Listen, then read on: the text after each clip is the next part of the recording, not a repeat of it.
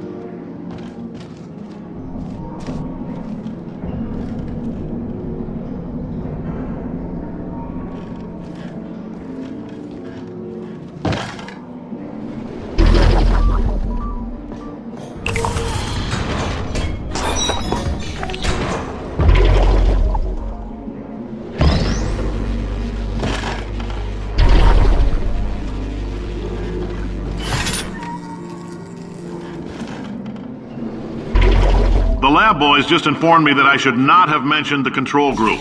They're telling me I ought to stop making these pre-recorded messages. That gave me an idea. Make more pre-recorded messages. I pay the bills here, I can talk about the control group all damn day.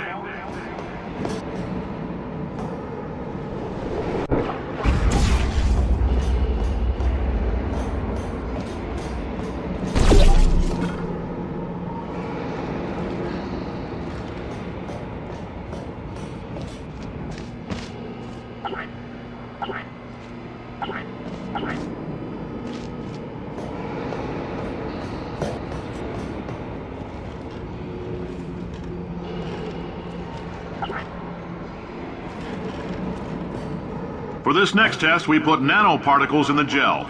In layman's terms, that's a billion little gizmos that are going to travel into your bloodstream and pump experimental genes and RNA molecules and so forth into your tumors.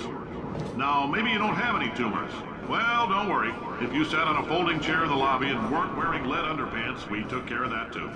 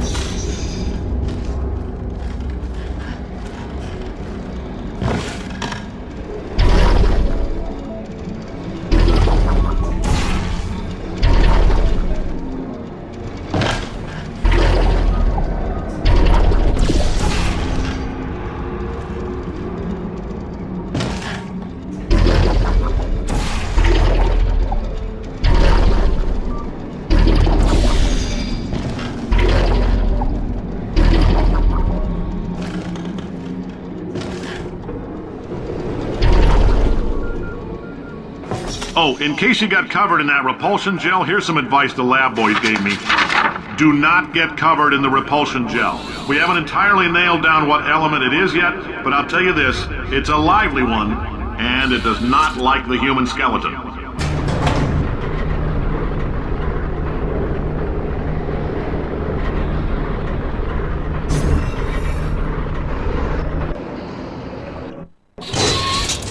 All these science spheres are made of asbestos, by the way. Keeps out the rats. Let us know if you feel a shortness of breath, a persistent dry cough, or your heart stopping, because that's not part of the test. That's asbestos. Good news is the lab boys say the symptoms of asbestos poisoning show a median latency of 44.6 years. So if you're 30 or older, you're laughing. Worst case scenario, you miss out on a few rounds of canasta. Plus, you forwarded the cause of science by 3 centuries. I punch those numbers into my calculator, it makes a happy face.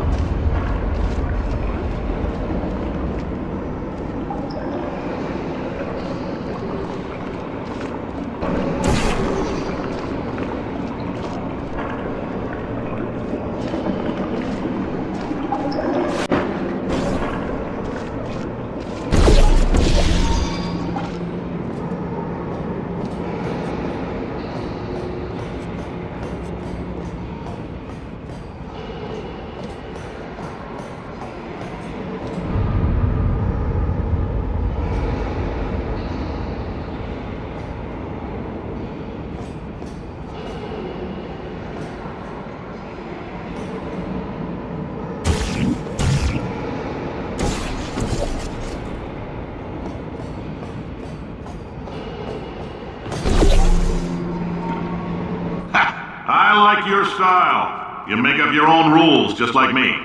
Bean Counter said I couldn't fire a man just for being in a wheelchair. Did it anyway. Ramps are expensive.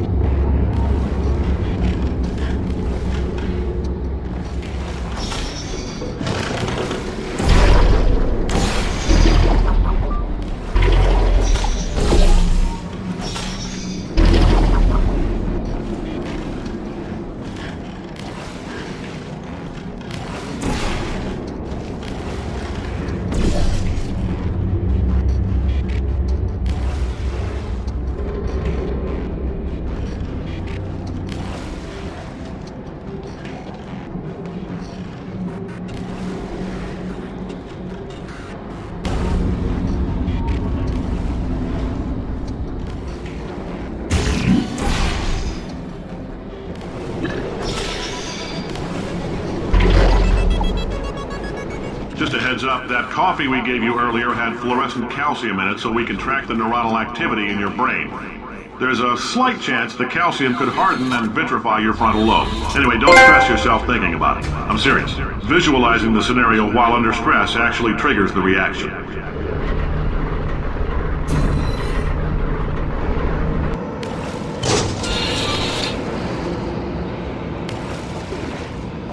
Now, if you're part of control group Kepler-7, we implanted a tiny microchip about the size of a postcard into your skull. Most likely you've forgotten it's even there.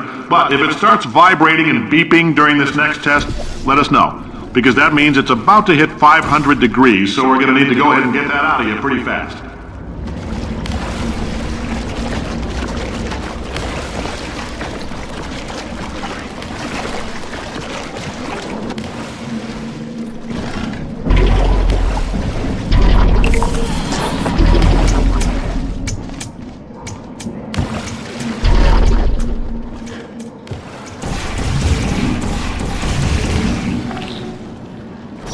Telling them, keep your pants on.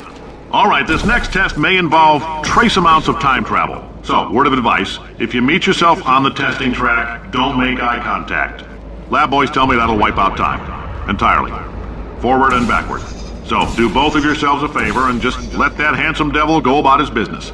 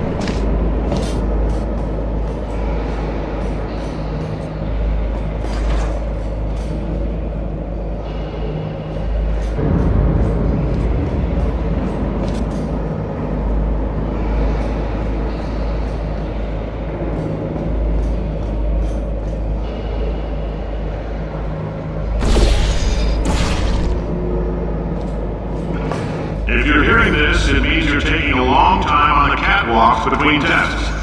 The lab boys say that might be a fear reaction. I'm no psychiatrist, but coming from a bunch of eggheads who wouldn't recognize the thrill of danger if it walked up and snapped their little pink bras, that sounds like projection.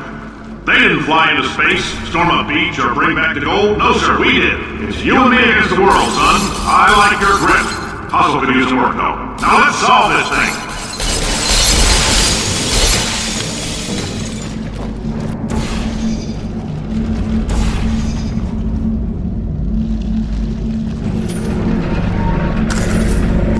Science isn't about why, it's about why not. Why is so much of our science dangerous? Why not Mary save science if you love it so much? In fact, why not invent a special safety door that won't hit you on the butt on the way out because you are fired? Now you test subject, you're doing fine. Yes, you. Box your stuff. Out the front door.